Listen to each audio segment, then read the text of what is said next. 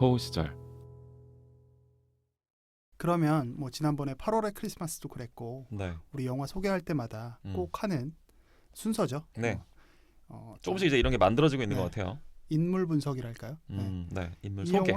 인물 소개죠. 네. 네. 이 영화에는 이제 두 사람이 나옵니다. 네. 하나는 조제라고 부르는 네. 쿠미코라는 이제 여자 네. 그 장애를 갖고 있는 소녀가 한 명 있고요. 네.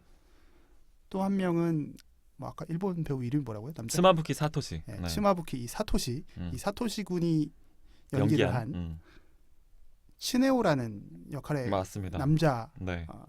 역할이 있습니다. 근데 네. 굉장히 잘생겼고 맞아요. 뭐 지금은 제가 얼핏 전에 듣기로는 뭐 일본에서 되게 대단한 배우가 돼 있다라고 맞습니다. 대단한 위상의 네. 배우가 돼 있다라고 들었는데 그럼 뭐 조제와 치네오 중에서 어떤 분 먼저 이야기를 할까요? 우리가 언제나 그랬듯이 이 사람들이 정말 실제로 존재하는 인물인 것처럼 제가 뭐 많이들 아시긴 하겠지만 네. 저희들 관점으로 한번 소개를 네. 시켜 드려 볼까 합니다. 네. 일단 뭐 츠네오부터 얘기해 볼까요? 치네오 네, 정말 가장 뭐 이 작품의 중심에 있는 문제아죠, 정말로. 제목은 조제인데 네. 사실 주인공은 치네오라고 저는 생각이 들어요. 맞네요. 오히려 듣고 더. 보니까 츠네오라는 인물에 대해서 한번 저희가 살펴볼게요. 일단 극 중에서 대학생으로 나와요. 맞아요. 근데 근데 참고로 이 인물 소개는 이제 이 영화가 일본 소설을 원래 또 원작으로 하고 있거든요. 다나베 세이코라고 하는 이제 네. 작년에 돌아가신 또 대작가님의 단편 소설을 원작으로 이 영화를 또 만든 건데 이 영화가 사실은 단편 소설보다 훨씬 더 디테일하고 섬세하게 지금 확장되어 있기 때문에 저희의 이런 소개들이나 설정은 영화를 기준으로 그러니까 더 많은 이야기들이 추가돼 있다는 네네. 말씀이시죠? 사실 결말도 다르긴 한데 그 얘기는 뭐 기회가 되면 나중에 하기로 하고요. 네네. 일단 저희는 영화를 기준으로 네. 진행해 볼게요. 대학생 츠네오라고 하는 대학생이고 아마 20대 초반인 것 같아요. 뭐 많이 봐봐야 20대 중반. 뭐 한국이었다면 군대를 왔다 갔다 했겠지만 지금 일본이기 때문에 그렇지 않고 학교를 다니면서 마작 게임방에서 그렇죠. 아르바이트를 합니다. 그렇기 때문에 대학생이라고 하는 양지, 대학교라고 하는 양지와 마작 게임방에는 막 조폭들도 왔다 갔다 하거든요. 그렇죠. 그러니까 음지에 있는 또 인물들을 그 중간계에서 뭔가 왔다 갔다를 하고 있는 인물이에요. 근데 이 사람이 어느 날 이제 화장실이 급한 손님 대신에 대타로 마작을 뛰는데 뭐 마작 룰 혹시 아세요, 조쿠나 선생님? 저 잘 몰라요. 저 전혀 모르거든요. 근데 국사무쌍이라고 하는 그 아주 정말 몇 번 나오기 힘든 패가 나오는 거죠. 패가 나와서 근데 이제 이게 대타로 뛰고 있는 중에 그 대박 패가 나온 거예요. 네, 그래서 맞아요. 아유 정말 운이 좋은 건지 나쁜 건지 모르겠다라고 하는 그런 상태로 퇴근을 하는 새벽 동네 그 고갯길에서 처음으로 조제의 휠체어를 마주치게 되죠. 그래서 그렇죠. 그걸 계기로 이제 조금씩 가까워지게 됩니다. 그래서 아까 말씀하신 대로 조제라고 하는 친구는 뭐 나중에 말씀드리겠지만 하반신 마비의 장애를 갖고 있는 네. 비슷한 또래의 여자고요. 다시 츠네오 얘기로 돌아가면 츠네오는 그래서 아까 말씀하신 대로 되게 미남이에요. 우리가 이거는 뭐 단순히 영화 주인공이어서 뭐 미남이다가 아니라 이 영화 안에 그 츠네오라고 하는 인물 자체가 되게 미남이고 되게 인기가 많은데 본인은 또 그걸 잘 모르는 우리가 흔히 되게 좀 가장 이상적이라고 생각할 수 있는 그런 느낌의 남자예요. 잘 경험해 본 적이 없어서 그 네. 느낌이 어떤지 잘 모르겠는데. 그렇죠. 왜냐하면 저희도 들어서 알고 있는 판타지 소설에나 그렇죠. 나올 법한 친구인데 여자인 친구인데 잠만 자는 친구가 있어요. 그렇죠. 네, 그런 정말 여기서 잠만 그냥 단순히 잠만 자는 게 아니라 육체적인 관계를 갖는 그렇죠. 그런 사람이 있고 그것만으로도 일단 뭔가 좀 남다른데 모두가 부러워하는 모든 학생들이 또래들이 다 예쁘다고 생각하는 여자친구도 있어요. 그렇죠. 가나에라고 하는 아까 말씀하신 우에노즈리가 연기한 가나에라는 여자친구도 있습니다. 그런데도 이 여자친구가 있고 뭐 또 잠만 자는 친구가 있는데도 조제네 집에 자꾸 찾아가서 조제를 돌봐요. 이 츠네오가. 그러면서 둘이 가까워지고 또 한 가지 이 츠네오가 이 영화에서 좀 독특한 포지션을 갖고 있는 지점이 있는데 이 영화는 원작 소설가인 다나베 세이코도 그렇고 뭐 이 영화가 정확히 어떤 도시를 배경으로 하고 있는지는 모르지만 등장인물들이 대부분 다 이제 칸사이벤이라고 하는데 관서지방 사투리를 써요. 아하. 우리나라로 치면은 부산 사투리를 쓰는 거죠. 지금 원우 씨는 일본 말을 할 줄 알아서 사투리까지 사실 분석이 가능합니다. 어느 분석이라기보다는 네, 그냥 대충 이제 대체적으로 좀 다르다. 네. 이게 도쿄 말이랑은 좀 달라요. 네. 심지어 우에노주리도 사투리를 씁니다. 아, 네. 오, 뭐, 전부 다 써요. 오. 그래서 그런데 유일하게 이 영화에서 표준 일본말, 우리가 흔히 알고 있는 동경 일본말을 쓰는 사람이 츠네오예요. 유일하게. 그래서 어떤 느낌이 나냐면 잘생긴 서울 총각이 시골 처녀에게 찾아가서 어떤 봉사를 하는 아하, 어떤 좀 호의를 베푸는 아하. 그런 느낌으로 저는 좀 음, 다가왔다는 거죠. 저는 츠네오라는 사람의 어떤 인물을 추정해 보면 아까 말씀하셨던 것처럼 이 친구는 되게 인기도 많고 교우 관계도 좋고 맞아요. 얼굴도 잘생겼고 맞아요. 얼굴이 잘생겼기 때문에 인기가 많은 거겠지 하기야. 아무튼 근데 성격도 되게 좋은 것 같아요. 성격도 좋아요. 그러니까, 네. 그러니까 기본적으로 되게 구김이 없는 사람이다라고 맞아요. 저는 느꼈어요. 그러면 구김이 왜 없을까라고 음, 생각해 보면 그렇게 집이 어려운 것 같지도 않아요. 맞아요. 뭐 부모님이 뭐 이것저것 잘 보내주시고 그리고 보통 구김이 없는 애들의 특징이 크게 실패하지 않았다는 특징이 저는 있는 것 같아요. 맞아요. 삶에서 네. 그러니까 긍정적으로 바라볼 수밖에 없는 거야. 우리 흔히 막 그런 얘기 하잖아요. 이 표현이 좀 그런가? 예쁜 애들이 성격도 좋아. 그래. 뭐 잘생긴 애들이 성격도 좋아. 맞아요. 왜냐하면 거절감을 별로 느껴보지 않았거든. 이 부분이 상당히 불편하지만 어느 정도 일리 있다라고 저는 맞아요. 생각하거든요. 네. 츠네오에게 세상은 무엇을 해도 어느 정도 허용해주고 긍정적이었으리라고 저는 생각해요. 네. 그래서 츠네오는 별로 머뭇거리질 않습니다. 네.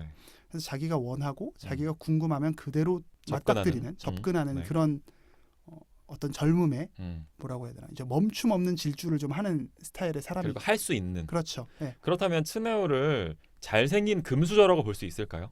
지금의 이제 관점에서. 왜냐면은 보면은 뭐 그 영화에 보면 되게 네. 막 제사를 지내는데 집안 그치. 사람들이 네. 되게 막 그 집이 되게 좀 뼈대 있는 집안처럼 좀 가풍이 있는 집안 그렇죠. 같죠. 네, 맞아요. 네. 그렇게 보면은 집안도 말씀하신 대로 좀 좋은 애인 것 같고. 맞아. 그러니까 뭐 부잣집은 아니어도 좀 가난하진 않은 건 확실한 것 같아요. 근데 그 와중에서 이 사람이 기특하다라는 평도 되게 많이 받았을 거예요. 왜냐면 주변 사람들을 막 돕거든. 그렇지. 그리고 마자카우스에서 일하는 이색적 경험도 얘는 합니다. 아, 그러니까 이 친구는 사실 올라운드 플레이어인 거예요. 되게 매력 있는 네. 사람이네요. 뭐 이것저것의 경험도 있고 그래서 별로 이 친구는 츠네오라는 사람은 크게 돈에 집착하는 것 같지도 않아요. 왜냐하면 2000년대 초반이면 일본이 꽤나 구직난에 아직 시달릴 때입니다. 그렇죠. 지금의 일본은 경기 호황이 있지만 네. 그 당시에는 그렇지 않거든요. 근데 츠네오가 영화에서 중반쯤에 네. 어떻게 인연이 닿았던 네. 그 회사 네. 사람이 이제 뭐 이런. 들어오라고 하잖아요. 네. 근데 거기서 갑자기 조지한테 돌아가는 선택을 할 수 있고 아무런 말도 없이 갑자기 뭐 저 일 있어서요 하고 뛰어가잖아요. 네. 이런 즉흥적인 걸 보여주려면 뭔가 얘는 선택지가 많아야 가능하다는 거죠. 선택지가 많다고 하는 게 맞아요. 이 츠네오에 대한 캐릭터를 설명할 때 핵심인 것 같아요. 그렇기 때문에 이 친구는 크게 절실해 본 적이 없어. 절실하다기보다 매달리지 않는다는 거죠. 그렇지. 근데 아쉬운 게 아니라고 없네. 하면 그냥 바로 가는 거지. 그래서 조제가 너 가버려 할 때도 가버리잖아요. 가려고 하잖아요. 가래매라는 말이 심지어 나와요. 맞아.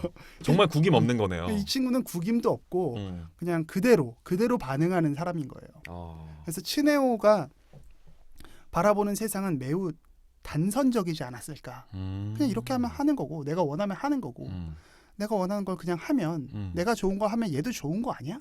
라는 생각으로 살아왔던 인물이 네. 츠네오일 것이다 라고 저는 추정을 해요. 들으시는 분들 혹시 여러분들 주변에는 이런 사람이 있나요? 한 명 정도 얼굴이 기억나시는 사람이 있는지 갑자기 궁금해지기도 하네요. 그래서 그런 사람들 보면 조금 얄미울 때 있잖아요. 네. 가끔씩 있으면 너무 완벽한데 뭔가 얄밉고 이 완벽하게 해서 다 선을 이뤘는데 네. 이상하게 내가 피해를 보는 것 같은 느낌이 들 때가 있어. 이런 사람들이랑 있을 때는. 그리고 우리 왜 흔히 뭐 한 20살 넘어가면서부터는 막 동창들의 뭐 소식이나 이런 걸 꾸준히 들을 때 맞아. 어떤 일을 해도 잘 풀리는 애들이 있잖아요. 그렇죠. 되게 운 좋은 애들이 있어요. 뭐 예를 들어서 그런 애들은 꼭 군대도 카투사를 가. 그리고 난 떨어졌는데. 나도 떨어졌어. 그러니까 우리가 같이 있었지. 우리에 대한 비밀이 하나 밝혀지려고 말락하거든요. 지금 우리가 어떻게 만났는지. 그건 이제 나중에 궁금한 사람 아무도 없겠지만 나중에 밝혀드릴 거고요. 그러니까 뭐든지 잘 풀리는 그런 사람의 한 전형으로 봐도 될 것 같아요. 이거를 반드시 어떤 금수저라고 하는 말은 사실 되게 최근에 유행한 말이긴 한데 뭐랄까요? 집안 뭐 부모님이 부자라는 의미에서의 금수저가 아니라 그냥 어떤 성격 금수저 같은 느낌이라고 보면 될 것 같아요. 여러 가지로 되게 넉넉하고 여유로운 느낌의 가정에서 자라지 않았을까. 맞습니다. 크게 부족함 없이 네. 자라지 않았을까. 그래서 구김이 없는. 네. 그래서 이걸 이제 딱 표현하면 인싸가 되죠. 얼굴도 잘생겼고 네. 성격도 좋은 거지. 맞습니다. 그래서 요즘 말로 따지면 인싸인데 성격 좋은 인싸가 된 거죠. 맞아요. 아주 성격 좋은 인싸, 츠네오라고 요약하면 될 것 같네요. 네. 그러면 조제는요? 조제가 방금 얘기한 츠네오와는 어찌 보면 대척점에 있는 인물이라고 그렇죠. 볼 수 있죠. 츠네오가 양지에 서 있을 때 조제는 음지에서 혼자 있습니다. 원래 이름은 구미코라고 하는 이제 본명이 있는데 뭐 일단 나이는 츠네오와 비슷한 또래로 추정이 돼요. 근데 이제 두 다리를 쓰지 못하는 장애인이고 아마 걸어본 적이 없는 것 같아요. 지금까지 살면서. 할머니와 둘이 살고 있고 원래는 어린 시절에는 막 보육원 생활도 했던 것 같은데 지금은 할머니와 함께 둘이 살고 있어요. 그래서 할머니가 이제 헌책 수거하면서 막 여러 가지 장르의 책들을 무대기로 갖다가 주면은 그걸 그냥 읽는 것만로 이제 학교 공부 이런 걸 대신하는, 그래서 어마어마한 책을 읽은 상태예요. 이 조제라고 하는 친구는. 그런 한편으로 성격은 엄청나게 까칠해요. 그 막 되게 소설에서도 이런 이제 설명들이 나오는데 아무렇지도 않게 막 독서를 해요. 뭐 그렇죠. 되게 면전에다 대고 사람을 뭐. 실제로 영화에서도 그런 장면들이 나오죠. 네네. 네. 이 조제라고 하는 이름은 어디에서 유래했냐면 이 친구가 되게 감명 깊게 읽은 소설 중에 하나가 프랑스와즈 4강의 한 달 후 1년 후라는 소설이 있는데 이 소설의 주인공인 조제라고 하는 이름을 스스로에게 붙인 겁니다. 구미코이기를 거부하고. 그렇죠. 그래서 이 소설 얘기도 잠깐 나오는데 이 한 달 후 1년 후라는 소설에 이런 구절이 나온대요. 언젠가 우리도 사랑하지 않는 날이 오겠지. 마치 그 소설의 구절 같은 자신의 미래를 예감하는 듯한 내용이 또 나오기도 하고 그렇습니다. 그 조제라는 캐릭터를 연기한 배우는 이케와키 치즈루라고 하는 배우예요. 역시 일본에서 지금까지도 활발하게 활동하고 있는 아주 유명한 배우인데 역시 이 영화를 통해서 또 출세작이기도 한 거죠. 이 영화가. 네. 근데 저도 이번에 처음 알았는데 이 이케와키 치즈루는 독특하게도 소속사가 요시모토 흥업이라고 하는 그 이제 코미디언들이 주로 소속돼 있는 회사예요. 우리나라로 치면은 그러니까 SMCNC보다도 더 완전히 코미디언들 한 10명, 저는 이 소속사에 배우가 있는 줄도 이번에 처음 알았거든요. 근데 코미디언들이 주로 많은 소속사의 소속이고 그래서인지 이 영화에는 유명 코미디언들이 조연으로 굉장히 많이 나옵니다. 네. 어떤? 예를 들어서 아까 말씀하신 그 복지 관련 이렇게 뭐 회사에 이렇게 취업 네. 면접을 이렇게 뭐 보러 오라고 해주셨던 그 과장인지 차장인지 네, 쯤 돼 보이는. 맞아요. 그분이 이타오 이츠지라고 하는 되게 좀 약간 변태적인 개그를 추구하시는 분이에요. 되게 멀쩡하게 나왔지만. 거기서 되게 멀쩡한데. 네. 그리고 또 츠네오의 친구 중에 한 명도 개그맨이고 또 츠네오의 후배로 들어오는 가나이 하루키라고 하는 또 나중에 나오는 인물. 네. 그 사람도 그 츠네오 친구랑 그 가나이 하루키를 연기한 그 배우는 두 명이 이제 한 팀을 이루는 코미디언 콤비예요. 듀오. 네, 라이센스라고 하는 콤비예요. 그래요? 그래서 그런 반가운 얼굴들이 나오기도 하는 그런 영화이기도 합니다. 제가 되게 좋아하는 캐릭터로 네. 그 서점에서 나왔던 사람도 되게 유명한 코미디언이라고 했어요. 그분은 코미디언은 아니고 그냥 배우인데 되게 코믹한 역할을 하는 배우인데 그분도 진짜 연기가 저도 되게 좋아하는 배우예요. 그리고 또 하나 이제 이분도 코미디언은 아닌데 그 조제 초급 친구 역할 기억나세요? 코지. 코지였군요. 그 고아원 보육원 동기로 나오는 허세 만빵에 근데 또 되게 약간 어설픈 몸짓 같은 게 나오기도 했었던. 너무 어울리지 않는. 네, 이 배우는 아라이 히로후미라고 하는 이분도 유명한 배우거든요. 근데 2020년 가을 현재 엄청난 일에 휘말려 있습니다. 이분은 마사지 여종업원 강제 성폭행 혐의로 강제. 네, 지금 재판 중인데 이분 실형 살 것 같아요. 집행유예로 안 끝날 것 같습니다. 이거는. 그래서 영화에서는 되게 어설픈데 실제가 훨씬 빡센 그런 분이에요. 치안이에요, 치안. 이거 뭐 웃을 일이 아닌데. 웃을 일은 아닌데 하여튼 좀 이 영화적인 어떤 캐릭터가 연결이 돼가지고 네, 너무 상반된 느낌이죠. 그러네요. 네. 조제에 대해서 우리 조근환 선생님은 어떤 느낌 받으셨어요? 조제에 대한 어떤 뭐 지금 개괄적으로 계속 얘기를 해주셨으니까 저는 조제에 대한 저의 상상, 인상평전, 저의 인상평을 좀 말씀을 드리면 조제가 처음 드러나는 장면이 친해오와 처음 맞닥뜨리면서 그 유모차 안에서 친해오가 그 유모차의 가리개를 열어줄 때 조제가 처음 얼굴을 나타나잖아요. 그렇죠. 이 조제는 할머니에 의해서 유모차 안에서 주로 산책을 합니다. 산책을 이제 새벽이나 이렇게 늦은 사람들이 밤에 인적이 드문 시간에 하게 되는데 그때 이제 친해오가 이렇게 가리개를 열 때 보여주는 그 씬이 조제의 그 이전까지의 삶을 바로 상징한다라고 저는 생각해요. 그러니까 세상의 햇볕을 아직 본 적이 없는 소녀인 거예요. 이 사람은. 이 사람은 말씀하신 대로 음지에만 그냥 있었던 거예요. 그래서 되게 까칠하고 당연히 이런 사람들은 관계에 대해서 의심하죠. 세상에 대해서 궁금하지만 그 궁금한 부분은 책과 할머니의 언어와 그 주변에 살고 있는 요정들, 그 아기들과의 만남, 그 교류가 거의 전부입니다. 그래서 세상에 대해서 되게 궁금하기 때문에 남들이 버린 책을 할머니가 주워오면 열심히 읽는, 탐독하고 있지만 경계와 호기심이 모두 다 함께 있는 그런 캐릭터예요. 그렇기 때문에 까칠할 수밖에 없고. 근데 저는 조제를 보면서 든 생각은 되게 위대한 근대의 철학자가 한 명 생각났어요. 이번에 오늘은 누군가요? 철학을 뭐 얘기하려는 건 아니고 되게 엠마누엘 칸트 같은 거예요.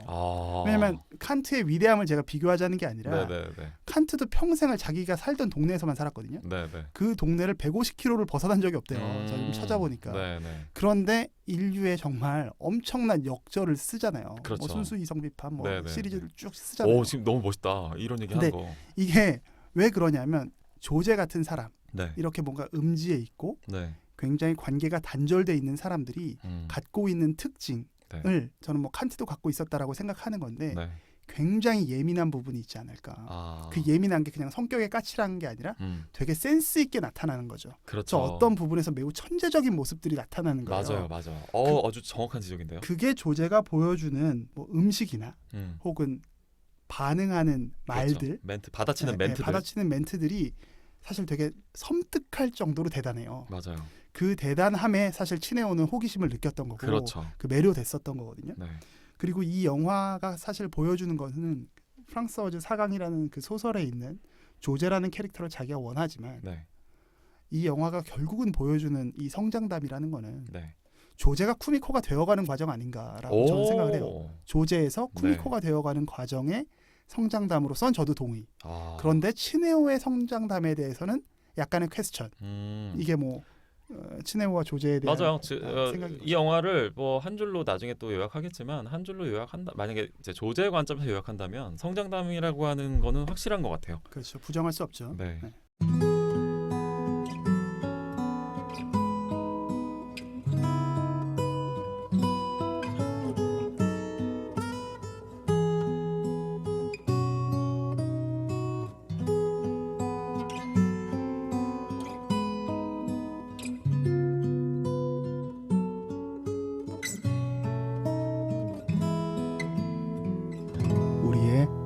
호우 시절.